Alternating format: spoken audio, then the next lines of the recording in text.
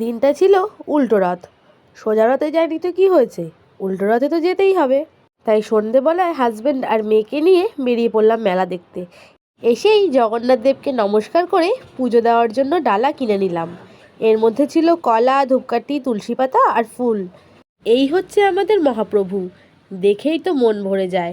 আর সবার প্রথমেই পুরীর কথা মনে পড়ে। এই হচ্ছে আমি আর মেয়ে।